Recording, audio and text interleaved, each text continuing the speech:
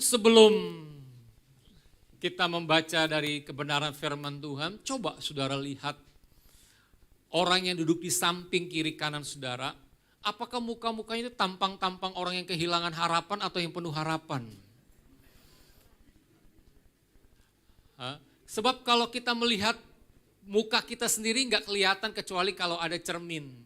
Ya, tapi kalau saudara lihat kiri kanan saudara, biasanya orang yang punya pengharapan dan tidak punya pengharapan itu biasanya terlihat dari mukanya. Betul ya? Orang kalau punya pengharapan, air mukanya itu luar biasa. Kelihatan berseri, kelihatan bercahaya gitu loh. Karena harapan itu kan timbul dari hati kita gitu loh. Betul ya? Nah, setelah itu kita bisa melihat dari apa tuh? Manifestasinya dari muka kita. Apakah muka-muka yang penuh dengan utang? Haleluya.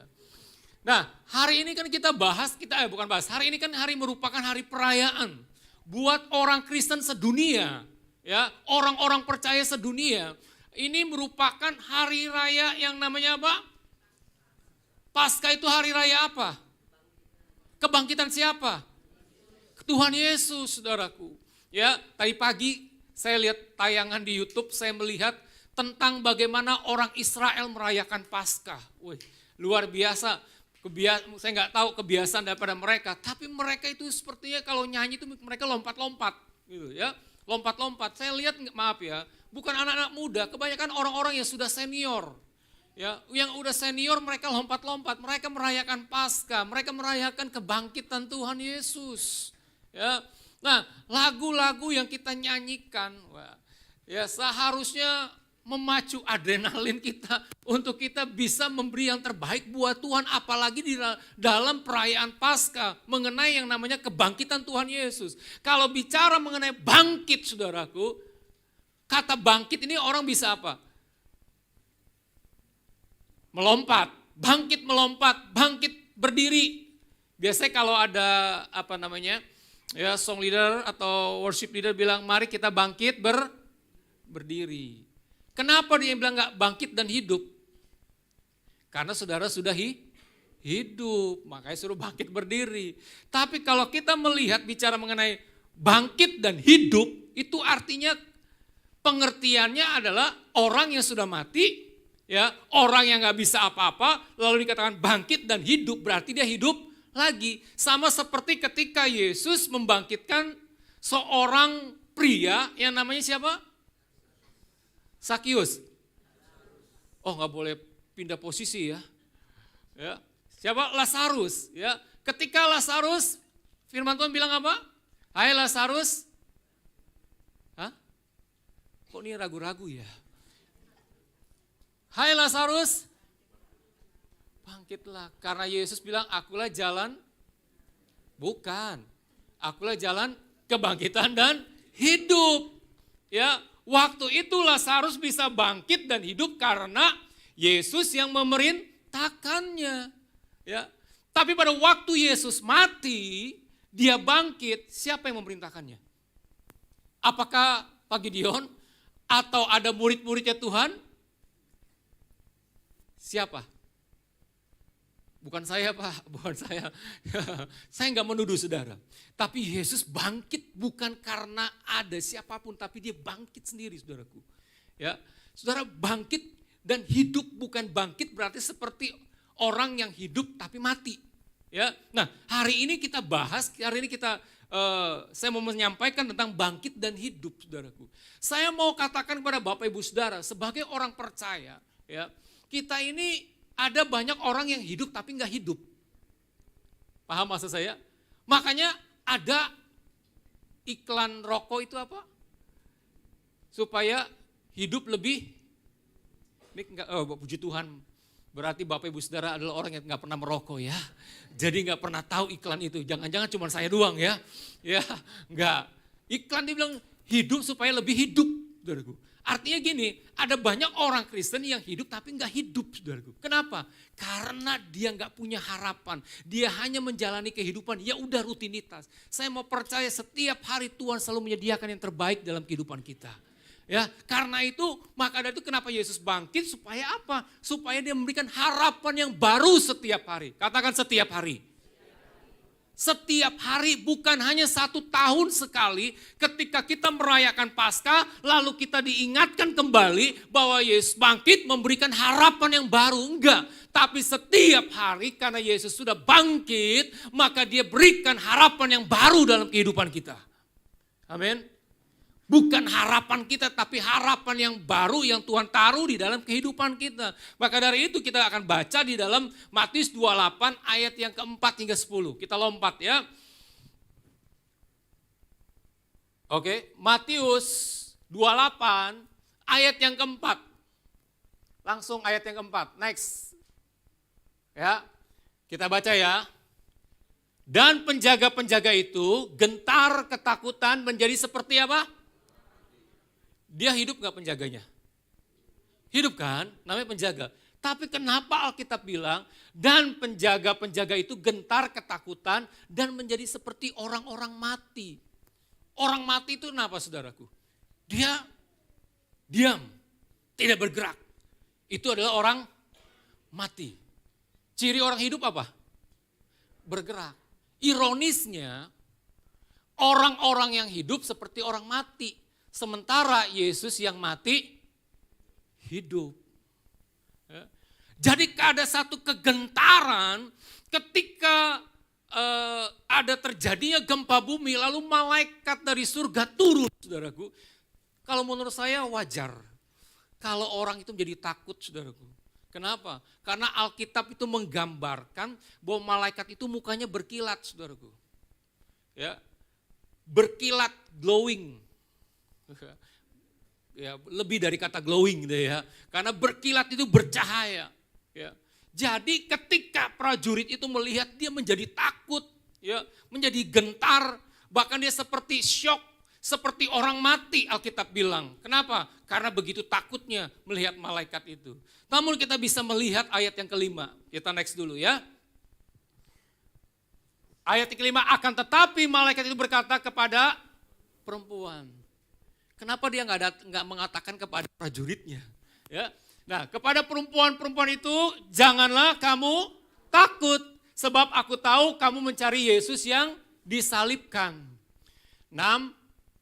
Ia tidak ada di sini sebab ia telah bangkit sama seperti yang telah dikatakannya. Mari lihatlah tempat ia berbaring. Dan segeralah pergi dan katakanlah kepada murid-muridnya bahwa ia telah bangkit dari antara orang mati. Ia mendahului kamu ke Galilea, di sana kamu akan melihat dia, sesungguhnya aku telah mengatakan kepadamu. Ayat yang ke-8. Mereka segera pergi dari kubur itu dengan takut. Saudara bisa bayangkan enggak? Ada takut dengan sukacita. Biasanya takut dengan sukacita itu nggak bisa nyampur. Betul? Kalau saudara takut berarti nggak ada sukacita. Kalau saudara sukacita berarti nggak ada takut. Tapi Alkitab mengatakan dia apa? Dia dengan takut. Kata takut ini bukan bicara mengenai takut ketika saudara jalan malam-malam di kuburan sendirian dalam keadaan gelap. Itu takut. Betul nggak? Takut apa? Takut apa? Yang nggak mau ngaku, takut setan. Ya. Atau saudara punya kesalahan, saudara punya utang, dikejar-kejar sama penagih utang. Itu adalah takut. Bisa bersuka cita nggak? Saudara jalan di kuburan dengan takut, lalu saudara tertawa-tawa. Jangan, saudara setannya. Ya, tapi Alkitab bilang dengan takut, kata takut ini bicara mengenai rasa hormat, respect dengan kehadiran Sang Maha yang kudus. Lalu ketika dia berjumpa dengan membuat dia takut, dia berbalik, yang diganti apa? Sukacita. Kenapa? Sukacitanya kenapa? Ada kabar dari malaikat mengatakan bahwa Yesus telah bangkit. Amin.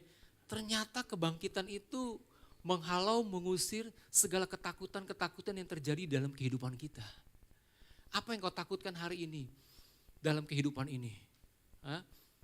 Takut dengan masa depan kita. Justru karena Yesus telah bangkit, dia berikan masa depan yang penuh dengan harapan.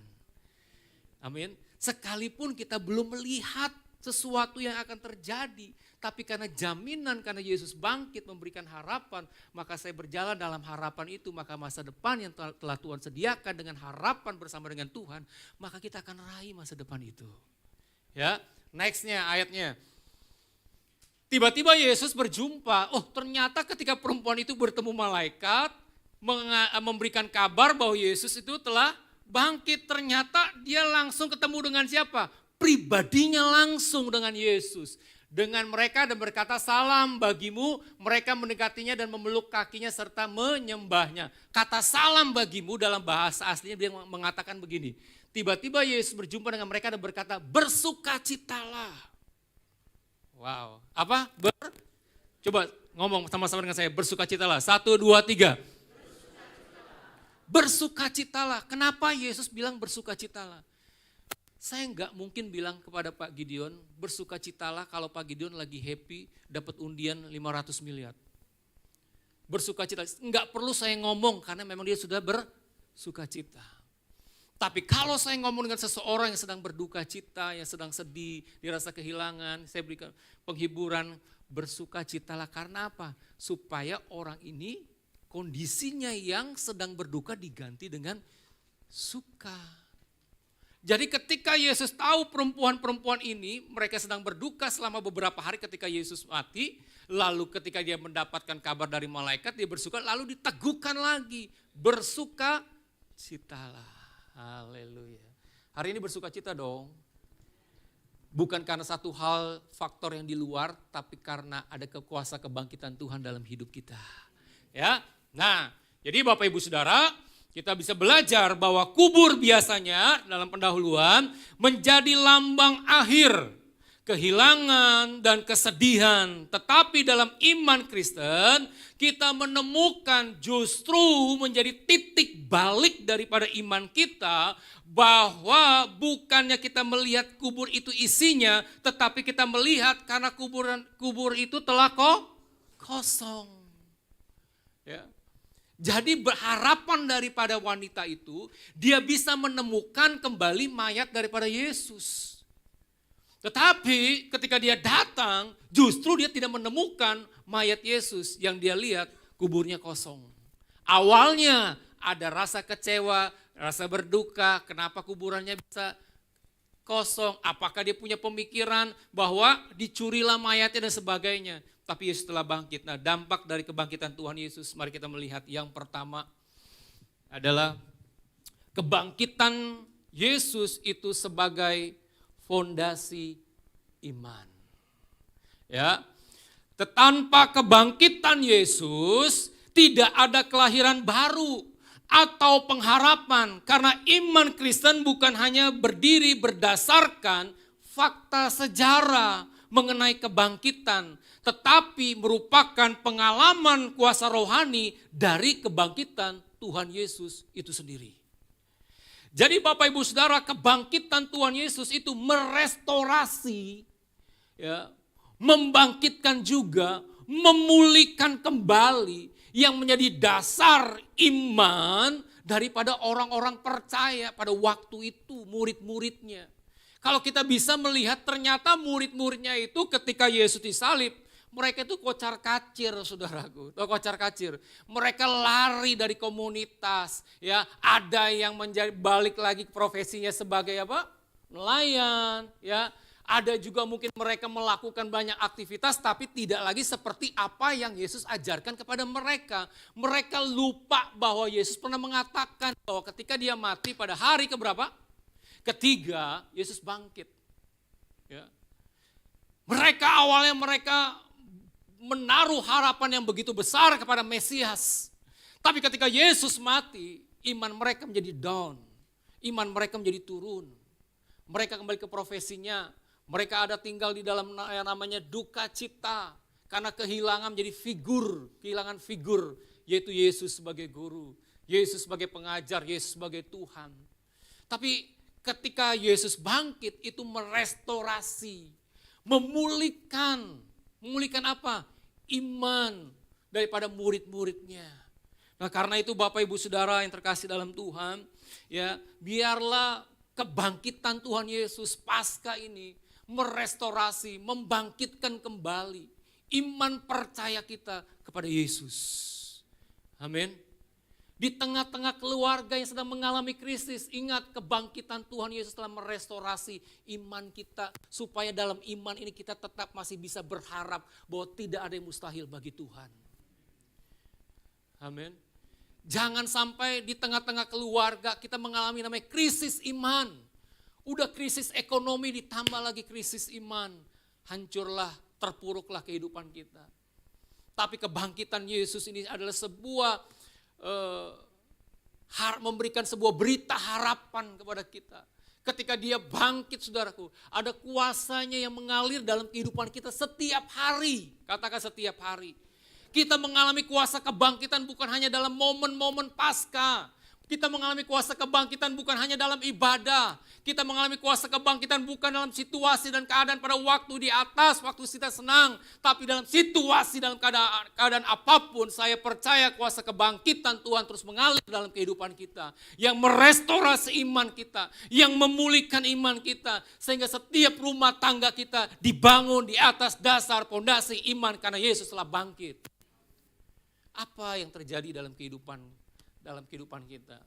Saya mau katakan buat orang Kristen tidak ada harapan sebenarnya. Setiap orang Kristen selalu punya harapan. Pertanyaan saya, mana lebih penting, makanan, minuman, atau harapan? Yang benar. Hari ini gak makan, yang penting punya harapan, bisa? Mana yang lebih penting menurut saudara, harapan atau makanan dan minuman hari ini? Semuanya. Kalau boleh salah satu pilih. Kok pada diam ya? Saudara tidak usah menjawab, saya tahu jawaban saudara. Pasti makanan dan minuman. Terlihat dari apa? Badan saudara. Ini body shaming ya. Saudara tahu, saya pernah sampaikan, survei telah membuktikan begini. Orang gak makan 40 hari itu masih hidup loh. Walaupun kurus, tapi dia masih hidup. Ya. Buktinya apa? Yesus berpuasa 40 hari. Dan saya menemukan ada orang yang puasa 40 hari, dia masih hidup. Walaupun agak kurus, ya, tapi dia hidup. Orang gak minum 3 hari masih hidup gak? Gak minum sama sekali, masih hidup gak? Masih hidup, walaupun dehidrasi, ya, lemes gitu loh.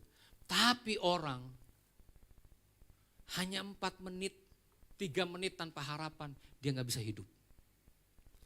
Buktinya apa? Kalau dia punya hidup, orang gak akan bunuh diri. Justru orang bunuh diri karena dia gak punya harapan. Jadi kalau saya tanya lagi, mendingan gak makan 1 hari atau kehilangan harapan? Jawabannya tetap sama Pak, mendingan makan minum Pak. Ya haleluya, memang luar biasa ini. Nah, jadi Bapak Ibu Saudara, kita melihat ada banyak orang tuh seperti Thomas. Tahu Thomas? Ya, dia percaya tapi ragu. Ya, dia mengikuti Yesus tapi masih bingung. Saat kenyataannya tidak sesuai dengan harapan, ekspektasi. Seringkali kita berpikir sama seperti Thomas. Dia juga punya harapan dengan Yesus. Dia Mesias. Ya, kok Mesias bisa mati? Yang dia tahu bahwa Mesias itu adalah Tuhan yang turun ke dunia. Tapi kenapa bisa mati? Gitu loh. Ya, ekspektasi. Ya, sehingga dia mulai timbul keraguan. Ya, ketika Yesus datang, ini aku Thomas, tapi Yesus masih ragu. Tapi Thomas masih ragu. Akhirnya apa? Halo. Yesus bilang apa? Yesus memperlihatkan tangannya, silakan. Bukan hanya perlihatkan, cucukkanlah. Cucukkan tahu gak artinya apa? Ternyata tangan Yesus itu bolong karena dipaku. Nah Thomas yang penuh dengan keraguan-raguan, akhirnya dia masukin jarinya, cucukkan ke tempat di mana tangan Yesus itu dipaku. Masuk kan? Ketika masuk baru dia percaya ini Yesus yang telah bangkit. Nah, kebanyakan orang Kristen tuh kayak begitu. Ya, kenapa? Buktinya dulu Tuhan, mujizatnya dulu, baru saya percaya. Sembuhkan saya dulu Tuhan, baru saya percaya bahwa Engkau adalah Tuhan. Hari ini kebangkitan Tuhan Yesus itu harus merestorasi menjadi dasar iman kita. Jangan pernah meragukan lagi Tuhan dalam hidupmu. Amin. Jangan meragukan lagi. Jangan seperti Thomas. Thomas ragu-ragu. Tapi setelah dia mencucukkan tangannya, imannya itu mengalami pemulihan. Dan dia dibangkitkan. Sejarah mencatat bahwa Thomas itu mati sebagai martir karena imannya kepada Yesus. Kenapa? Karena kebangkitan Tuhan Yesus menjadi pondasi dasar iman kekristenan kita. Amin. Bahkan Rasul Petrus pun sama, saudaraku. Dia menyangkal berapa kali? 3 kali dia menyangkal. Ya. Namun ketika Yesus bangkit, dia mengalami yang namanya apa itu? Pemulihan dalam kehidupannya. Dan Petrus dipakai dengan luar biasa. Hari ini, apabila imanmu lesu, saya mau katakan Tuhan tidak pernah menyerah kepada kita. Amin. Karena kebangkitannya, dia mau kembali menyalakan iman kita. Ada sebuah kisah yang bagus sekali, saudaraku. Ya, ini terjadi di Afrika. Ya, ada seorang yang bernama Immaculée, ya, adalah seorang wanita, ya, dari Rwanda. Ya, pada tahun 1994, ya, negaranya itu dilanda tragedi genosida, di mana lebih dari 800.000 orang suku Tutsi itu dibantai oleh kelompok Hutu dalam waktu 100 hari. Ya. Nah, keluarga yang namanya Immaculée ini apa tuh namanya? Ayahnya dibunuh, ibunya dibunuh, adik-adiknya dibunuh. Dan dia harus masuk sembunyi selama 91 hari di kamar mandi. Ya, kamar mandi yang kecil yang dihuni oleh 7 wanita. Bayangin. Karena apa? Karena dia lari, saudaraku. Dia ketakutan. Dan pada waktu dia ada dalam kamar mandi, dia berdoa kepada Tuhan. Pada waktu dia berdoa pada Tuhan, doanya itu penuh dengan kebencian. Doanya penuh dengan kemarahan. Doanya itu penuh dengan dendam. Dan ketika dia berulang-ulang dia berdoa, Bapa kami di surga, dia ulang-ulang doa itu. Dan kalimat yang mengatakan ampunilah, seperti apa? Kami mengampuni orang yang bersalah kepada kami. Nah, ketika itu terjadilah satu terobosan di dalam hatinya. Doanya berubah dari kebencian menjadi kasih. Satu hari dia akhirnya 91 hari dia keluar dari persembunyian dan peristiwa itu sudah berlalu, tiba-tiba dia ketemu dengan seorang yang telah membunuh kedua orang tuanya dan saudara laki-laki itu begitu dengan kejam. Lalu ketika dia ketemu dengan orang itu, si Immaculée ini hanya mengatakan begini, saya mengasihi kamu dan saya mengampuni kamu apa yang pernah engkau lakukan kepada kedua orang tua dan saudara-saudara saya yang mati. Nah, orang ini begitu kaget, saudaraku. Kenapa? Karena dia tahu bahwa dia telah bunuh kedua orang tuanya. Tapi justru Immaculée berbalik karena dia mengalami perjumpaan dengan Tuhan. Dalam kebangkitannya dia mengalami yang namanya restorasi hati. Dia dipulihkan hatinya. Dalam momen pas dia menjadi pembicara internasional yang berbicara mengenai pengampunan kasih. Dan di setiap pasca-pasca dia menyampaikan khotbah tentang pengampunan di salib Kristus. Dan kebangkitan itu memulihkan imannya kepada Kristus. Untuk apa? Bisa melepaskan pengampunan. Bapak Ibu Saudara, hari ini saya mau katakan biarlah kebangkitan Kristus merestorasi iman kita. Amin. Mungkin kita sama seperti Thomas penuh keraguan-raguan dalam mengikuti Tuhan Yesus. Karena mungkin kita kita sudah banyak berdoa tapi sepertinya belum ada jawaban. Saya mau katakan kepada Bapak Ibu Saudara, tetap beriman, jangan pernah meragukan Tuhan. Amin. Yang kedua, Bapak Ibu Saudara, ya. Yang kedua, bicara mengenai kebangkitan Kristus, ternyata kebangkitannya yang kedua menjadi kabar baik yang harus diberitakan. Ya. Ayat 7 hingga 8 saudaraku. Ya, kalau saudara lihat ayat 7-8 itu malaikat memberikan pesan sampaikanlah kepada murid-murid yang lain Tentang apa? Berita kebangkitan Yesus itu. Berita apa? Berita sukacita. Jadi tanpa kebangkitan pemberitaan Injil akan menjadi sia-sia.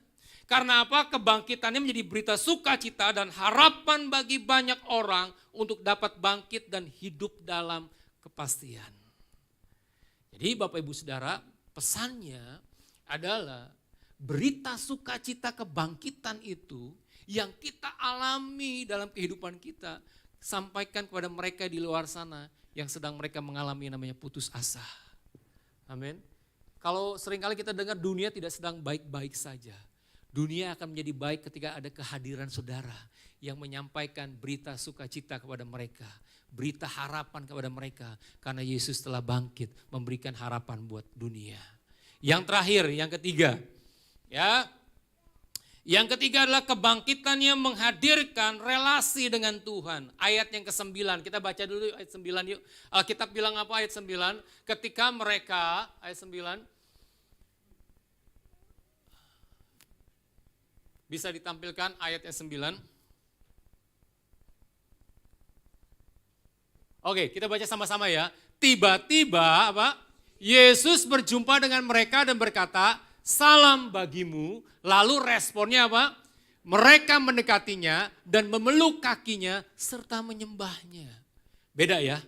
Kalau kita baca kisah daripada apa? Daripada Thomas ketika Yesus hadir di depan mereka, salah satunya Thomas nggak percaya sampai dia mencucukkan tangannya masuk ke dalam telapak tangan daripada Yesus. Tapi wanita ini ketika dia ketemu Yesus, reaksinya, responnya, dia langsung tersungkur lalu apa?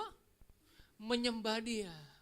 Bapak Ibu Saudara, seharusnya kebangkitan Tuhan Yesus menghadirkan sebuah relasi kita dengan Tuhan. Amin. Hubungan dengan Tuhan. Ya, kebangkitan Yesus membuka lembaran baru bagi murid untuk berelasi dengan Tuhan dimanapun dan dalam situasi apapun. Jadi Bapak Ibu Saudara yang terkasih dalam Tuhan, kita melihat bahwa ketika Yesus berjumpa dengan murid-muridnya, ketika Yesus datang kepada perempuan itu, Yesus memberi salam, lalu dengan begitu sukacitanya dia merangkul, memeluk kaki Yesus dan mulai menyembahnya. Saudara bayangkan, kalau Yesus mati, apakah kita bisa berelasi dengan Tuhan? Apakah kita bisa bangun hubungan dengan Tuhan? Enggak, karena Yesus mati. Betul ya? Bagaimana kita bisa berhubungan dengan orang yang mati? Tapi justru Yesus bangkit saudaraku, maka dia hidup. Maka kita bisa berelasi dengan Tuhan, bangun hubungan dengan Tuhan. Karena dia hidup. Kalau dia hidup, dimanapun, dalam situasi apapun, kita bisa berjalan dengan Tuhan. Karena dia sudah bangkit dan hidup. Amin. Dia bukan mati, dia juga bukan diam saja, tidak berespon. Karena dia bangkit dan hidup, maka ketika kita mencurahkan hati kita kepada dia, maka dia berespon untuk menolong kita. Mau gak Tuhan menyapa hidup kita? Lalu Tuhan hampiri saudara dan dia berkata, "Salam, bersukacitalah, damai sejahtera bagimu." Mari kita bangun relasi dengan Tuhan. Amin. Karena kebangkitan. Mungkin hari-hari ini engkau mulai kendur, tidak lagi bangun relasi dengan Tuhan. Hari ini jadilah orang Kristen yang membangun hubunganmu dengan Tuhan. Amin. Yuk kita bangkit berdiri.